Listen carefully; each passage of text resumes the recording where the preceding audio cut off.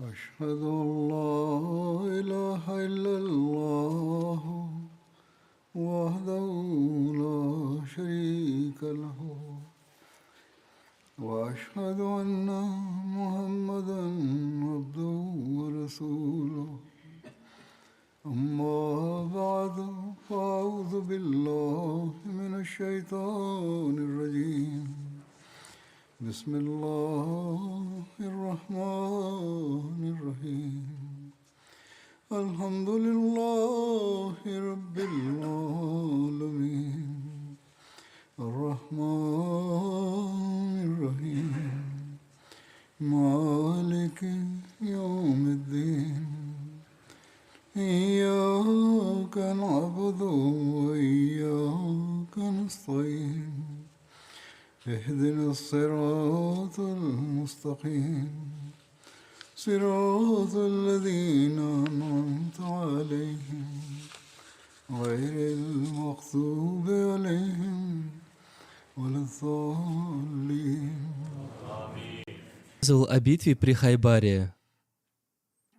Сегодня я расскажу о завоевании второй крепости Хайбара, которая носила название Саад бин Муаз.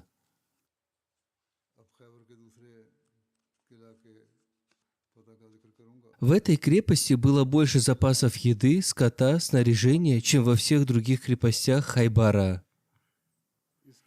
Для защиты этой крепости у них было 500 воинов.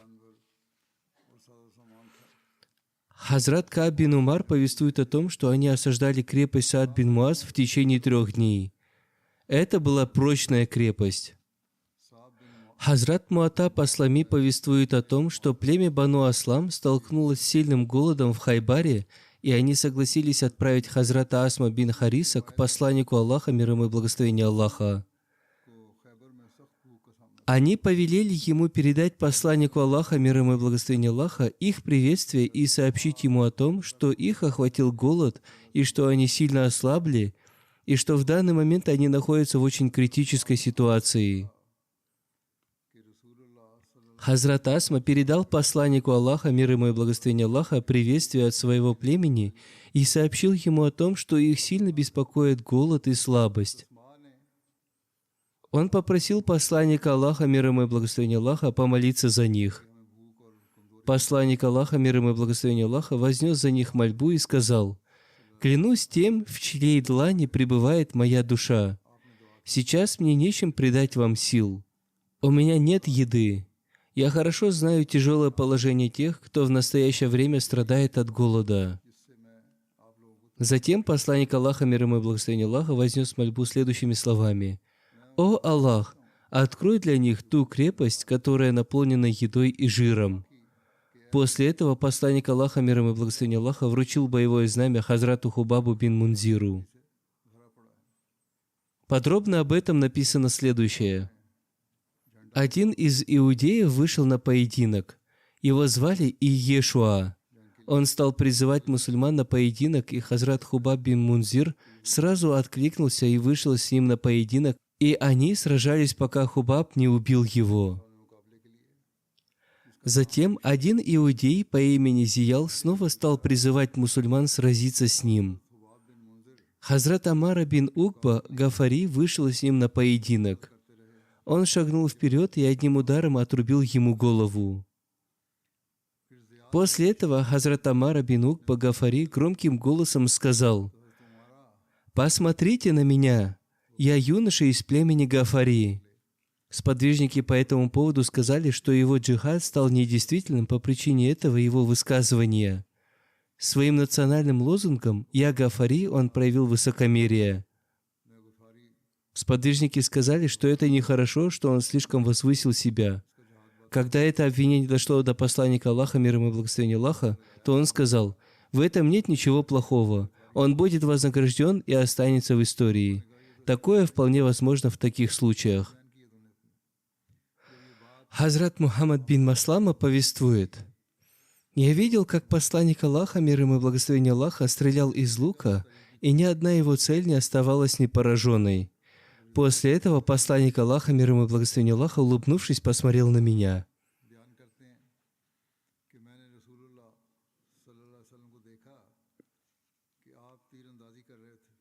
Хазрат Хубаб бин Мунзир вместе со своими воинами вошел в крепость и после ожесточенного сражения захватил ее.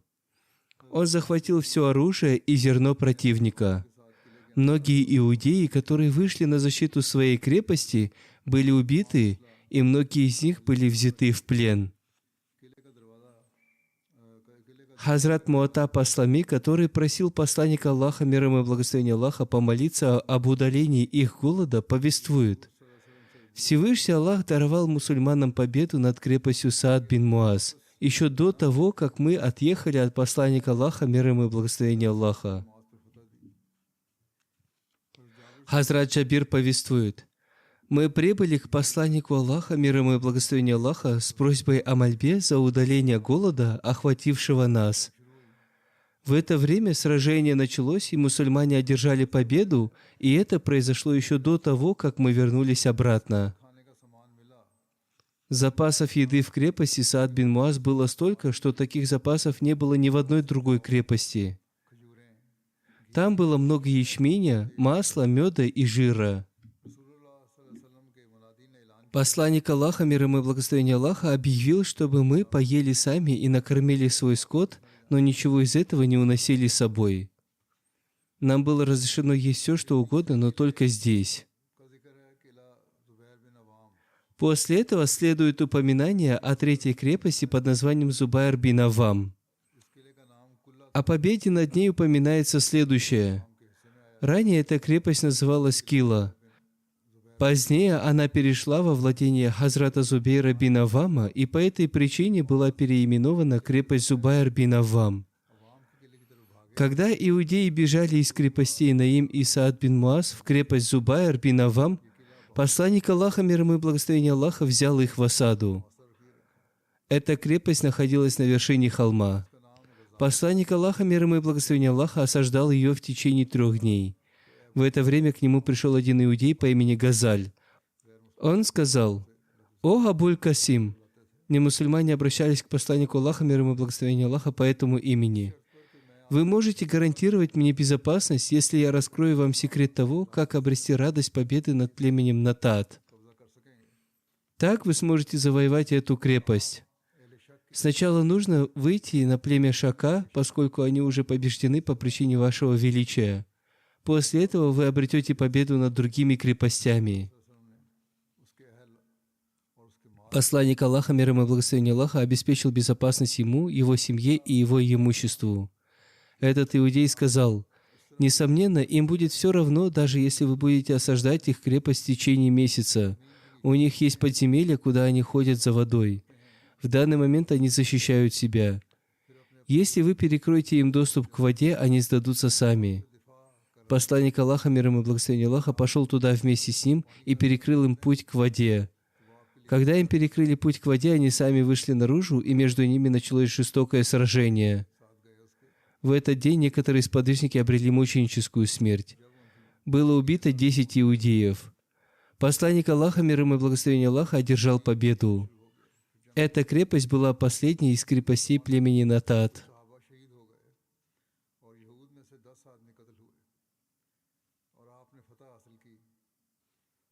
Когда посланник Аллаха, мир ему и благословение Аллаха, покончил с крепостью племени Натат, он отправился на завоевание ряда крепостей под названием Шакка. Как я уже упоминал, это был 3-й ряд крепостей. Здесь также упоминается о смерти вождя иудеев по имени Салям бин Мишкам, который был убит во время завоевания ряда крепостей племени Натат. Он был одним из главных вождей племени Бану Назир. В то время он был болен и не принимал прямого участия в сражениях, как другие иудейские вожди. То есть он лично не воевал посредством меча и стрел. Его товарищи предлагали ему переехать в район Катиба, поскольку там было более безопасно. Однако Салам бин Мишкам, несмотря на свою хроническую болезнь, не принял этого предложения. Он был убит мусульманами в Натате. Если история его болезни правдива, и он в действительности не собирался сражаться, то его убийство все равно не вызывает возражения в том смысле, что он готовил свои войска для сражения с мусульманами и постоянно следил за своим войском. Поэтому во время сражения какой-то сподвижник убил его, когда он находился вместе со своим войском. Командующий войском имеет большее значение, и с его смертью войско теряет свой дух. Так что с этой точки зрения его убийство не может вызвать возражений. Шак – это название ряда 2 или 3 крепостей. Об их завоевании упоминается следующее. Первая крепость, за которую сражался посланник Аллаха, мир ему и благословение Аллаха, носила название Убай. Посланник Аллаха, мир ему и благословение Аллаха, поднялся на вершину холма под названием Самван. Находясь на вершине этого холма, посланник Аллаха, мир ему и благословение Аллаха, сражался с людьми из этой крепости. Сначала один из иудеев стал вызывать мусульман на поединок. На его зов откликнулся Хазрат Хубаб бин Мунзир. Они бросились друг на друга, и Хазрат Хубаб одним ударом отрубил ему правую руку по локоть. Меч выпал из рук иудея, и он убежал в свою крепость, потерпев поражение. Хазрат Хубаб погнался за ним и ранил его в позвоночник. Когда он упал, Хазрат Хубаб убил его. Затем еще один иудей вызвал мусульман на поединок. На поединок с ним вышел мусульманин из племени Джахш, который стал мучеником в этом поединке. Затем этот иудей, стоя на своем месте, снова стал вызывать на поединок мусульман. На этот раз с ним сразился Хазрат Абу Джаджана, который поверх своего шлема повязал ткань красного цвета. Этот иудей вел себя очень высокомерно. Хазрат Абу Даджана ловко приблизился к нему и, ударив его мечом, отрубил ему ногу и в конце концов убил его. После этого Хазрат Абу Даджана пришел к посланнику Аллаха, мир ему и благословение Аллаха, с доспехами и мечом этого иудея. Посланник Аллаха, мир ему и благословение Аллаха, отдал эти вещи Хазрату Абу Даджане. После этого иудеи уже не смогли вызывать на поединок мусульман. Никто из них больше не вышел. После этого мусульмане, выкрикивая такбир, бросились в атаку и вошли в крепость. Хазрат Абу Даджана был в первых рядах мусульман. Мусульмане нашли в этой крепости снаряжение, коз, овец и еду. Все иудеи бежали оттуда. Они прыгали через стену, как олени. Так они бежали до второй крепости из ряда крепостей под названием Шакка. Они бежали очень быстро.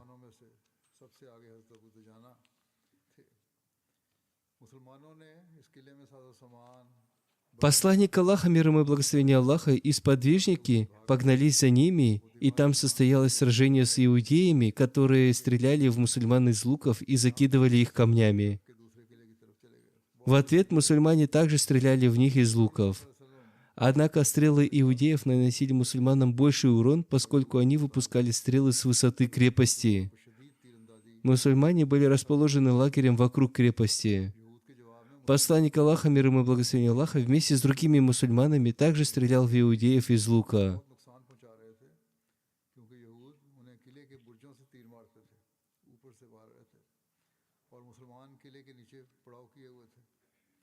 Вполне возможно, что место, где находился посланник Аллаха, мир ему и благословение Аллаха, стало целью для иудеев, поскольку туда был устремлен поток стрел.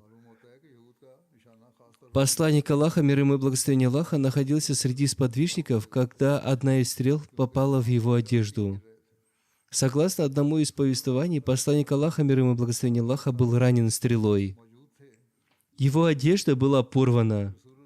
Посланник Аллаха, мир ему и благословение Аллаха, вынул стрелу из своего тела. Затем он взял в руки горсть песка и бросил его в сторону крепости, отчего эта крепость сотряслась. После этого мусульмане взяли в плен всех иудеев и установили полный контроль над крепостью. Катиба – это был ряд из 3 крепостей, которые были осаждены мусульманами. Об этом написано следующее. Когда посланник Аллаха, мир ему и благословение Аллаха, завоевал крепости Натат и Шак, иудеи перебрались в ряд из 3 крепостей под названием Ватих, Салалам и Камус. Среди них Камус была самой укрепленной и безопасной крепостью. Иудеи забаррикадировались в этих 3 крепостях, они даже не смотрели вниз из своих крепостей. Никто из них не осмеливался сражаться с мусульманами. Посланник Аллаха, мир ему и благословение Аллаха, осаждал эти крепости в течение 14 дней. Он уже планировал направить в их сторону катапульту. Когда иудеи осознали, что в итоге они будут полностью уничтожены, они попросили посланника Аллаха, мир ему и благословение Аллаха, о заключении перемирия. Один из иудеев по имени Кинана бин Абу Хукейк отправил к посланнику Аллаха, мир ему и благословение Аллаха, иудея по имени Шамах с предложением к посланнику Аллаха, мир ему и благословение Аллаха, что он хочет обсудить это с ним. Посланник Аллаха, мир ему и благословение Аллаха, разрешил ему это. Кинана бин Абу Хукейк вышел из крепости и заключил мирный договор с посланником Аллаха, мир ему и благословение Аллаха. Посланник Аллаха, мир ему и благословение Аллаха, отправил своих сподвижников в крепость для завладения их имуществом. Из этих крепостей мусульмане изъяли 100 доспехов, 400 мечей, 1000 копий и 500 луков вместе с колчанами стрел.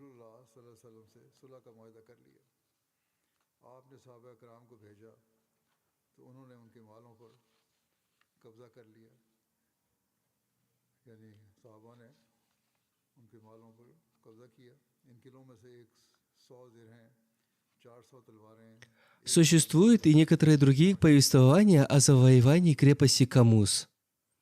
В биографических книгах написано, что эта крепость находилась в осаде в течение 20 дней. В конце концов, эта крепость после жестокого сражения с иудеями была захвачена под командованием Хазрата Али.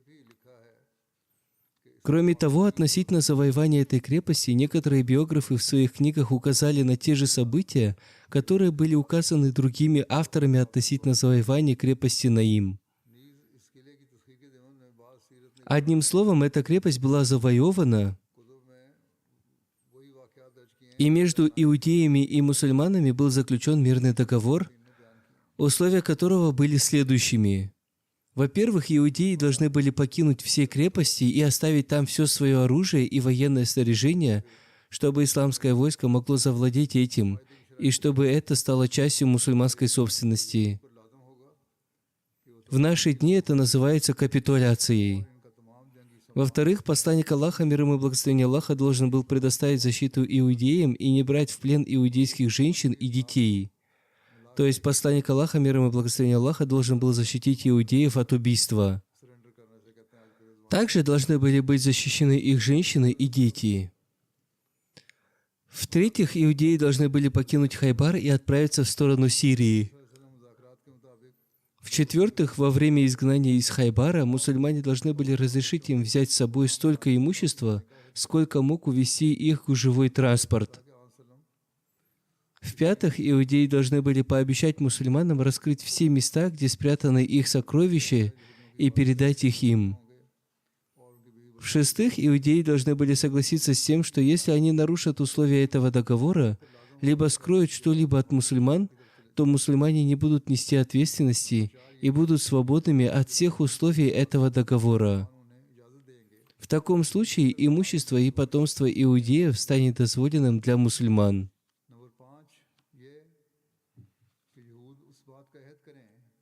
После упоминания о завоевании Хайбара также есть упоминание о том, что иудеи остались в Хайбаре с условием, что они будут отдавать половину урожая садов Хайбара. Написано, что согласно договору иудеи должны были быть изгнаны в Сирию, но они попросили посланника Аллаха, мир ему и благословение Аллаха, позволить им остаться в Хайбаре, чтобы они занимались сельским хозяйством, поскольку у них был большой опыт в этом. Посланник Аллаха, мир ему и благословение Аллаха, принял их просьбу и позволил им остаться в Хайбаре, чтобы они могли заниматься сельским хозяйством, отдавая половину урожая.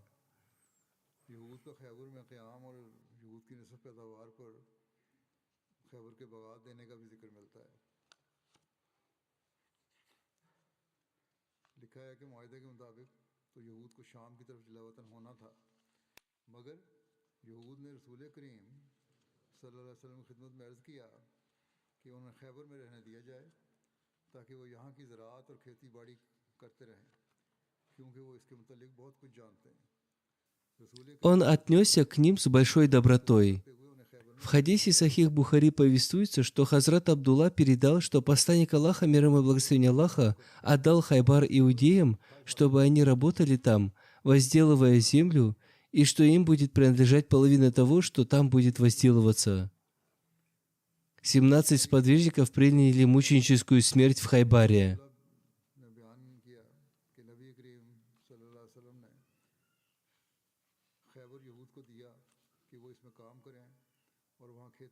Их имена следующие: Хазрат Рабия бин Аксам, Сакф бин Амр, Хазрат Рифа бин Масрум, Хазрат Абдулла бин Умайя, Хазрат Махмуд бин Маслама, Хазрат Абу Зиях бин Науман, Хазрат Харис бин Хатиб, Хазрат Ади бин Мурра, Хазрат Ауз бин Хубейб, Хазрат Унейф бин Аваль, Хазрат Масуд бин Саад, Хазрат Бишр бин Бара, Хазрат Фузейль бин Нуман, Хазрат Амир бин Аква, Хазрат Умара бин Уба, абиссинский раб Хазрата Ясара и человек из племени Ашча, имя которого не написано. В ходе этого похода погибло 93 иудея, среди их вождей были Харис, Абу Зайнаб, Мархаб, Усайр, Ясир, Амир, Канана и Абу Хукейк.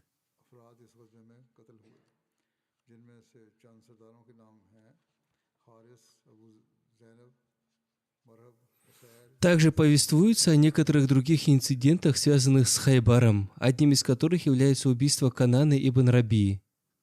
В исторических биографических книгах упоминается, что после завоевания Хайбара и заключения мирного договора с иудеями, люди привели Кинану и его брата Раби к посланнику Аллаха, мир ему и благословение Аллаха. Кинана был главным вождем Хайбара и был мужем Хазрат Софии, а Раби был его двоюродным братом. У Кинаны были сокровища Худжая ибн Ахтаба, вождя иудейского племени Бану Надир, золотые и серебряные украшения и так далее. Эти украшения давали арабам в качестве платы за их свадебные церемонии. Посланник Аллаха, мир ему и благословение Аллаха, спросил их обоих: «Где ваши сокровища?» Они ответили: «Когда мы покинули Медину, оно постепенно истощилось». В одном из повествований повествуется, что, обратившись к посланнику Аллаха, мир ему и благословение Аллаха, они сказали: «О Абу Касим, мы потратили его на войну, и теперь от него ничего не осталось. Мы собрали его только с этой целью». Посланник Аллаха, мир ему и благословение Аллаха, сказал им, что время ухода из Медины не так уж и далеко. Когда все это богатство могло быть потрачено? Они оба поклялись, что у них нет никакого богатства. На это посланник Аллаха, мир ему и благословение Аллаха, сказал, что если это сокровище будет изъято у них, то Аллах и его посланник не будут нести ответственности за это. Они согласились на это.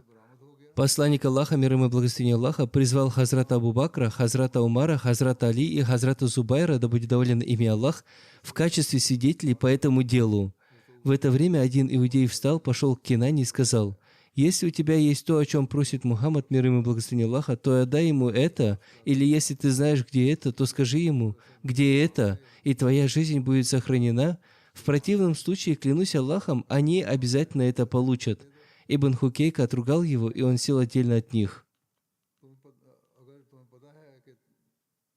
В одной книге по истории написано, что Хазрат Ибн Аббас повествует, что посланник Аллаха, мир ему и благословение Аллаха, сказал им обоим: «Если вы что-то скрываете от меня, и если я узнаю об этом, я буду считать вашу кровь и ваших детей дозволенным из-за этого». Они согласились. В этой книге по истории кратко описывается история о том, как узнали об этом сокровище.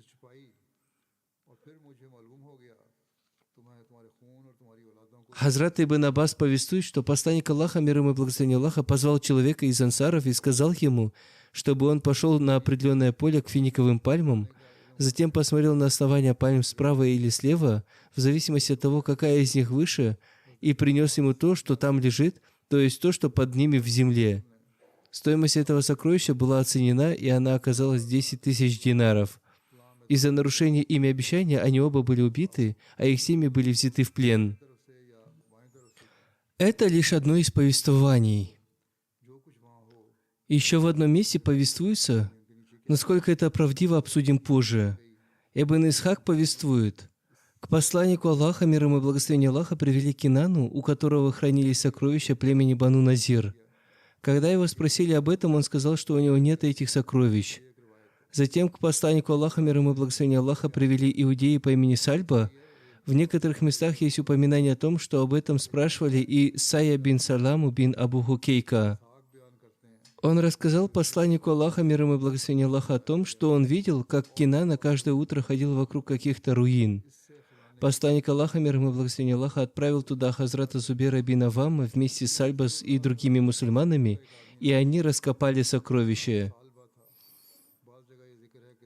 Еще в одном месте повествуется, что они нашли часть сокровищ, но не нашли остальное.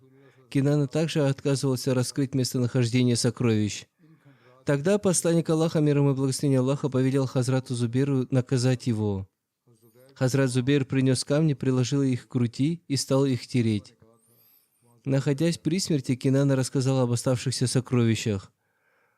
После этого посланник Аллаха, мир ему и благословение Аллаха, передал Кинану Мухаммаду Масламе, чтобы он убил его. Таким образом, Мухаммад Маслама убил Кинану и этим отомстил за своего брата Махмуда бин Масламу, который стал мучеником после того, как сверху на него бросили мельничные жернова. Одним словом, его убили, однако очевидно, что это событие противоречит образу жизни посланника Аллаха, мир ему и благословение Аллаха. В некоторых местах повествуется о том, что эти двое братьев были убиты по приказу посланника Аллаха, мир ему и благословение Аллаха. Согласно другому повествованию, Кинану убил Мухаммад бин Маслама, в то время как его брат был передан семье Бишра бин Бара. Он также был убит в качестве мести за смерть Бишра бин Бара. Посланник Аллаха, мир ему и благословение Аллаха, объявил их имущество дозволенным для мусульман, и их дети были взяты в плен. Такого рода повествования можно найти в таких надежных исторических и биографических книгах, как Тарихи Табари, Тарих Аль-Хамис, Табакат ибн Саад, Китабуль Магази Вакиди, Сират ибн Хишам, Сират ибн Исхак, Сират Халбия, Зуркани и так далее.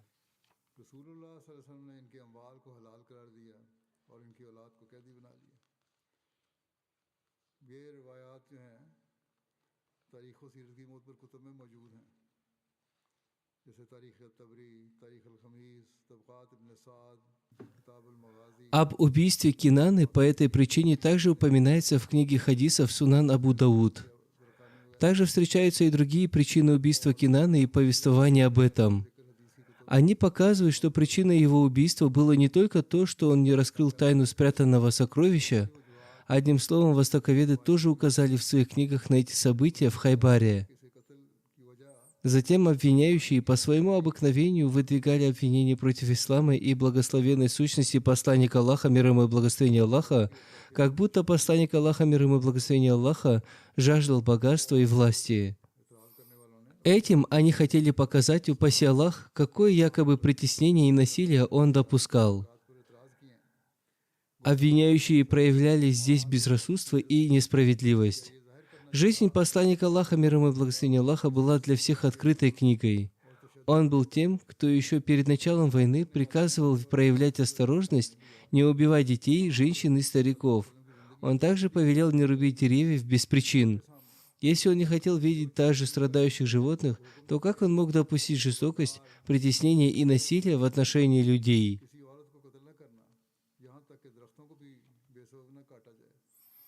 Война ради добычи также является абсолютно несправедливым обвинением. Посланник Аллаха, мир ему и благословение Аллаха, объявлял о битве при Хайбаре перед своим отъездом из Медины.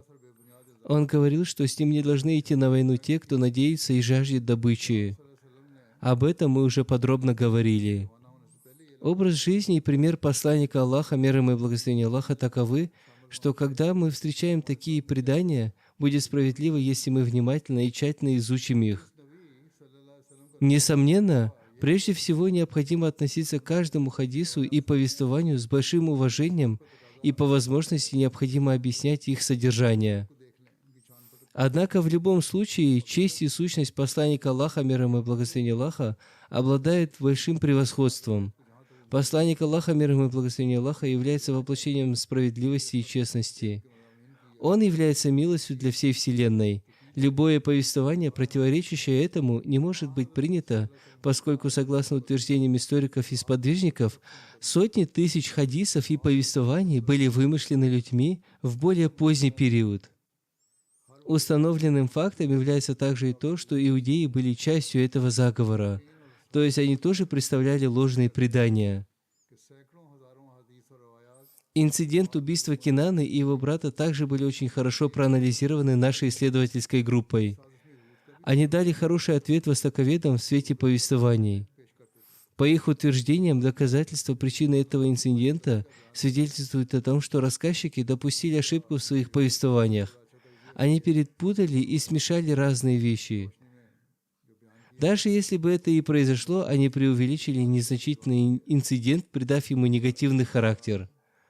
Например, после того, как был заключен мирный договор с иудеями, и все его условия были согласованы, дальнейшее требование сокровищ кажется странным, поскольку, согласно этому договору, иудеи лишались контроля над любой вещью и права владеть ими, за исключением земель Хайбара.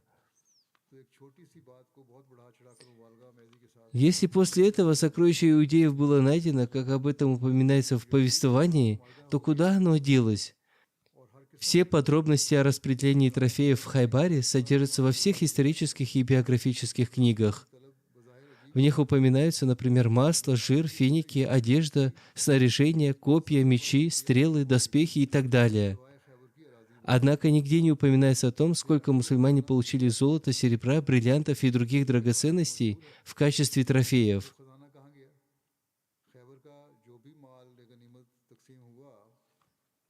Напротив, было написано, что среди трофеев в Хайбаре не было никакого золота и серебра.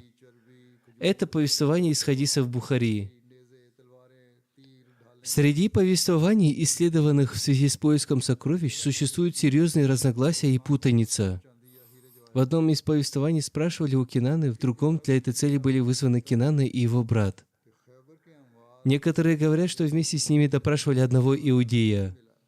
В другом месте повествуется, что был спрошен Худжай и его дядя. Затем, после всех этих исследований, если бы они были виновны, то их всех бы наказали, однако, согласно повествованиям, наказаны были только Кинана и его брат. Согласно другим повествованиям, наказан был только Кинана. В Сахих Бухари повествуется о том, что когда Хазрат Умар в период своего халифата намеревался изгнать иудеев из Хайбара, к нему пришел сын Абуль-Хукейка. Комментатор Бухари Алама бин Хаджар написал, что брат Кинаны дожил до времени Хазрата Умара и оставался в Хайбаре до самого своего изгнания оттуда. Таким образом, убийство его брата тоже оказалось недостоверным. Некоторые биографы на основании этого хадиса Бухари утверждают, что наказан был только Кинана. Одним словом, все эти повествования оказались недостоверными. Все повествования, в которых упоминается о телесных наказаниях за сокрытие сокровищ, оказались недостоверными по причине их противоречий. Истина заключается в том, что абсолютно все эти повествования недостоверны. Известный биограф Алама Шибли Наумани написал: биографы посланника Аллаха, мир ему и благословение Аллаха, привели совершенно недостоверные повествования относительно событий в Хайбаре. Эти повествования стали обычным явлением, и они часто процитировались в других книгах, то есть они стали общепринятыми и включенными в повествование. Посланник Аллаха, мир ему и благословение Аллаха, предоставил иудеям безопасность с условием, что они ничего не скроют от него. Однако, когда Кинана бин Раби оказался раскрывать место, где были спрятаны сокровища, то посланник Аллаха, мир ему и благословение Аллаха, якобы повелел Хазрату Зубайру узнать у него об этом с помощью пыток. Хазрат Зубейр посредством трения камней обжег ему грудь. Он сделал это до тех пор, пока тот не умер. В итоге посланник Аллаха, мир ему и благословение Аллаха, якобы приказал убить Кинану и взять в плен всех остальных иудеев. Верна только та часть этих повествований, в которой говорится о том, что убит был только Кинана, но не потому, что он отказался раскрыть место, где были спрятаны сокровища, а потому что Кинана убил Махмуда бин Масламу. У Табари есть утверждение о том, что посланник Аллаха, мир ему и благословение Аллаха, передал Кинану Мухаммаду бин Масламе, который и убил его в качестве смерти за своего брата Махмуда бин Масламы. Что касается передачи этого предания, то Табари и Ибн Хишам передали это от Ибн Исхака. в то время как Ибн Исхак не упоминал имена ни одного из этих повествователей. Хадисоведы в книге Риджаль утверждают о том, что Ибн Исхак рассказывал о событии походов посланника Аллаха, мир ему и благословения Аллаха, из уст иудеев.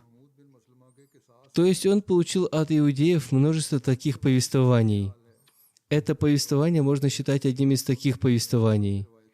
Иудеи никогда не скажут правды, поэтому Ибн Саад не упоминает имена этих рассказчиков.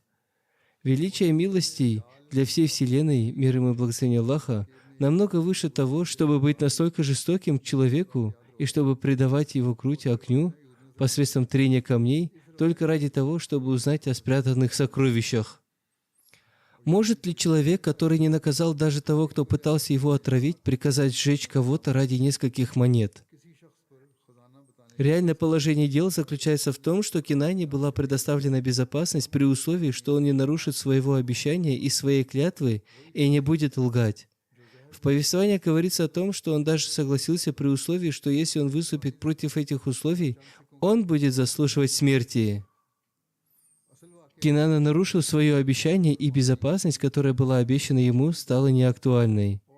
Кинана убил Махмуда бин Масламу и был убит в качестве мести за это. Сначала его еще могли простить, однако он продолжал и дальше нарушать свое обещание, поэтому он и был наказан. Один из сегодняшних современных авторов мусульманин Ахмади, Саид Баракат Ахмад Сахиб, в своей книге «Святой пророк Иудеи и Хиджаза» пишет: Ибн Исхак передал это повествование без какой-либо цепи передатчиков. Эти факты явно ложны. Во-первых, наказание огнем противоречит учению ислама. Во-вторых, нет никаких упоминаний о распределении этого найденного сокровища. Среди всех трофеев Хайбара не существует никаких повествований о том, что это сокровище было положено в Байтуль-Мал.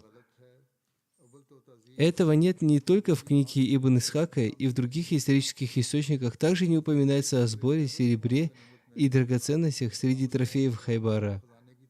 Все предания были связаны только со снаряжением, одеждой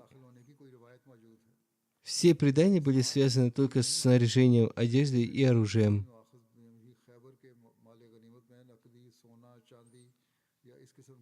Хазрат Абу Хурайра, который сопровождал посланника Аллаха, мир ему и благословения Аллаха, в битве при Хайбаре, сказал: «Мы завоевали Хайбар, но не нашли ни золота, ни серебра среди всех остальных трофеев».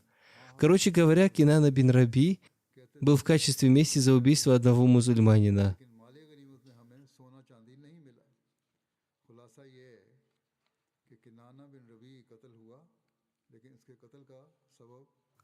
Это и является истинной правдой. Повествования об этих событиях будут продолжены. Среди этих событий упоминается об одной иудейской женщине, которая пыталась отравить посланника Аллаха, мир ему и благословения Аллаха. Они замышляли отравить его, однако Всевышний Аллах защитил его. Об этом я расскажу в следующий раз, потому что это долгая история. Сейчас я хочу поделиться воспоминаниями об одном покойном. После пятничной молитвы я совершу его джаназа гайб, погребальную молитву, в отсутствии покойного. Покойного звали мастер Мансур Ахмад Сахиб Кахлун ибн Шариф Ахмад Сахиб Кахлун. В последнее время он проживал в Австралии. Он умер несколько дней назад. Инна лиляхи ва инна иляйхи раджиун. Покойный был внуком Чодри Сардара хан Сахиба из Чахура, да будет доволен им Аллах, который был сподвижником Хазрата обетованного Мессии, мир ему. Покойный получил начальное образование в Равви, Пакистан. Он удостоился возможности служить своей религии и общине с самого раннего возраста. Он начал служить общине в качестве учителя в средней школе Талимуль-Ислам в Баширабаде, Синд. Он прослужил учителем почти 34 года. Он получил возможность служить в общине Баширабада. Он также служил на посту президента молодежной организации общины Худамуль Ахмадия, а также на посту президента общины Баширабада. Ему посчастливилось служить в юбилейном фонде общины. Он также в течение 18 лет служил на посту генерального секретаря общины Хайдарабада.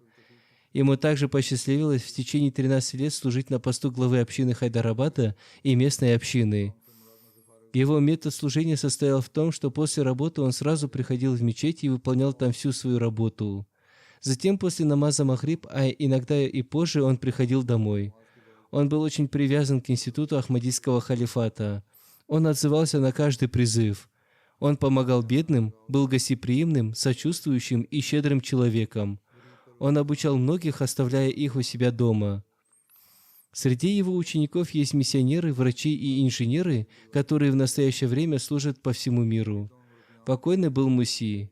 Помимо жены он оставил дочь и 5 сыновей. Его свояк Мубашир Ахмад Сахиб служит здесь в офисе главы общины Великобритании. С тех пор, как я стал взрослым, я заметил сильную связь моего отца с мечетью и общиной. Он очень редко не посещал мечеть. Он регулярно находился в своем офисе. Он никогда не отлучался из офиса без крайней необходимости. Члены общины знали, что с ним в любое время можно встретиться либо в офисе, либо в мечети. Он с большим уважением относился к гостям из центра и служил им. Недавно он переехал в Австралию из-за тяжелой обстановки, сложившейся в Пакистане, но в отношении него не было заведено никакого судебного дела. Он продолжал служить общине, даже переехав туда. Он принимал участие в работе всех финансовых фондов общины не только в Австралии, но и в Пакистане.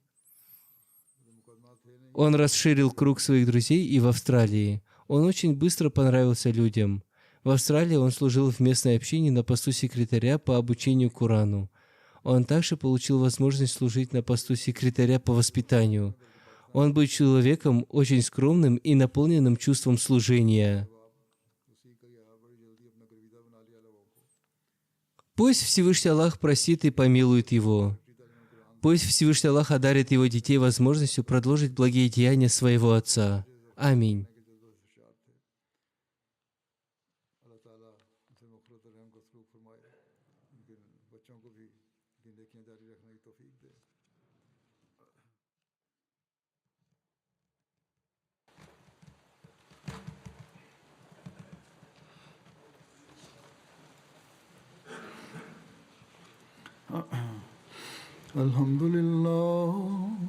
الحمد لله نحمده ونستعينه ونستغفره ونؤمن به ونتوكل عليه ونعوذ بالله من شرور أنفسنا ومن سيئات أعمالنا من يهده الله فلا مضل له ومن يضلل فلا هادي له ونشهد أن لا إله إلا الله ونشهد أن محمدا عبده ورسوله عباد الله رحمكم الله إن الله يأمر بالعدل والإحسان وإيتاء ذي القربى وينهى عن الفحشاء